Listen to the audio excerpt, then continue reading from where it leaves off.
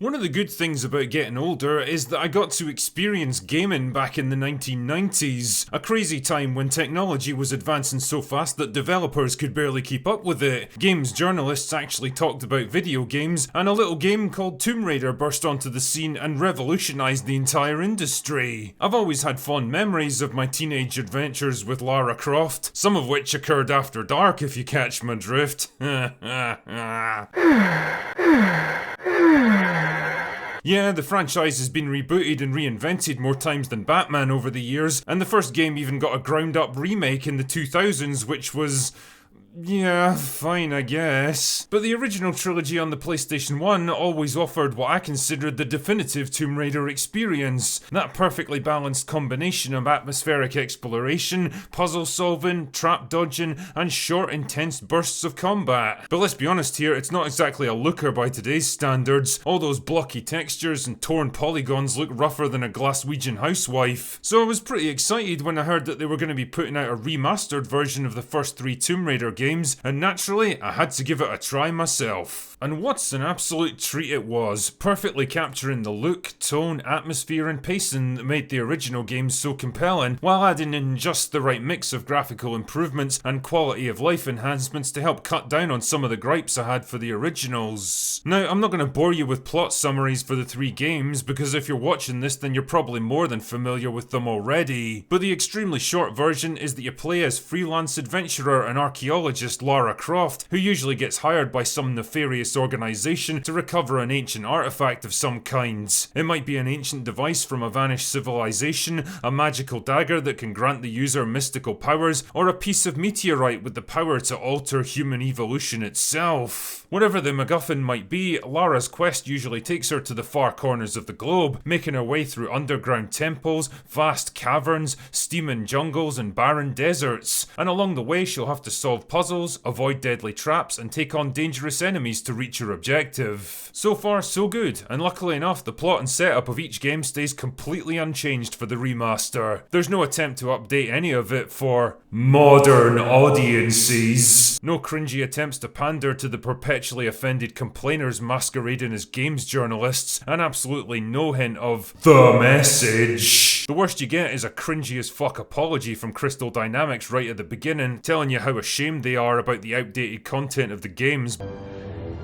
Gonna cry? Jesus Christ, when did video game companies get so humorless and self-important? Wouldn't want people to start thinking of games as fun, distracting escapism now, would we? Anyway, I digress. So what's it like to actually play Tomb Raider Remastered? How does it look and feel? How does it respond? How does it compare to the originals? Well, first and foremost, I guess we should talk about the graphical overhaul, because what they've done here is actually pretty interesting. The remaster uses the same grid-based level design as the original games, so the structure and layout of every level is exactly the same as it was before. The difference is that it now runs at a smooth 60 frames per second, the textures have been upscaled to high resolution so that walls and rocks actually look like what they're supposed to, instead of a bunch of low-res pixels that have been dithered to within an inch of their life. It's the same deal with the in-game cutscenes, where characters now have fully animated faces and mouth movements. There's some neat looking dynamic lighting effects that aren't going to blow anyone away compared to modern games, but still look awesome in a Tomb Raider level, although I have to say that the overall light levels are kind of low in places, so it becomes hard to make out your surroundings at times. Also, thank God, the sprites that had to be used to save polygons in the original game have been replaced with actual 3D assets this time. I mean, much as the original games had a lot of charm, nothing breaks the immersion quite so violently as seeing shit like this on your screen. The engine for the first Tomb Raider couldn't actually render skyboxes at the time, which left you with the weird impression that all of this was taking place in a giant underground black void.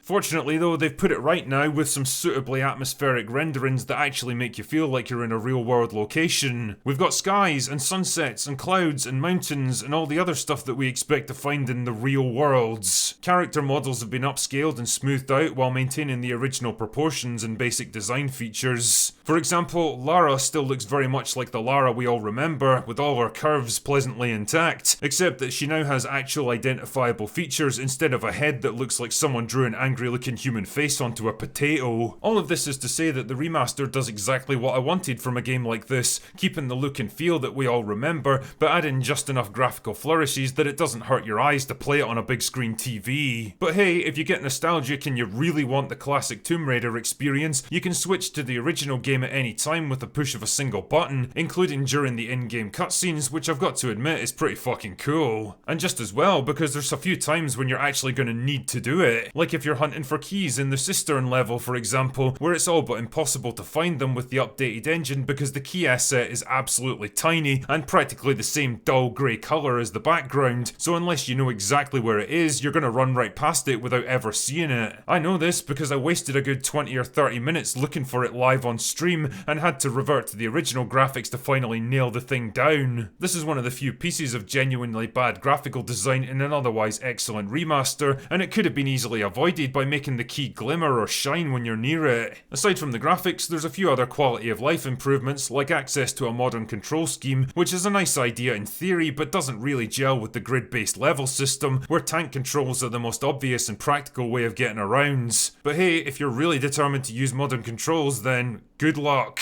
More importantly though, you now get the ability to quick save wherever you want, and believe me, you're going to want to do it often because these games are not easy. In fact, they're crammed full of traps and environmental hazards that can just as easily insta-kill you. I think this one's got to be my favourite though.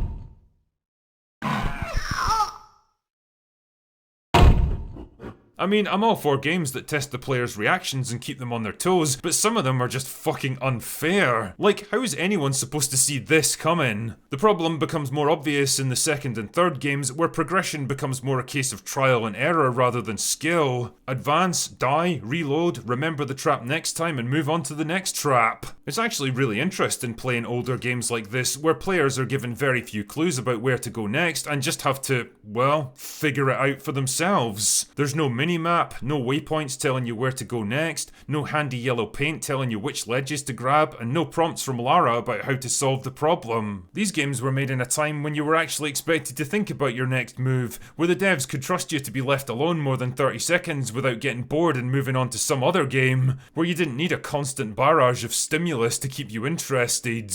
Ultimately, I can't rate this game highly enough. Despite a few minor complaints, I think it's a perfect way for old fans to reconnect with their favourite childhood franchise, or for new players to get a taste of where Tomb Raider came from and what made it so special in the first place. And if you're in the mood for a nostalgic little trip down memory lane, then the drinker recommends you give it a go.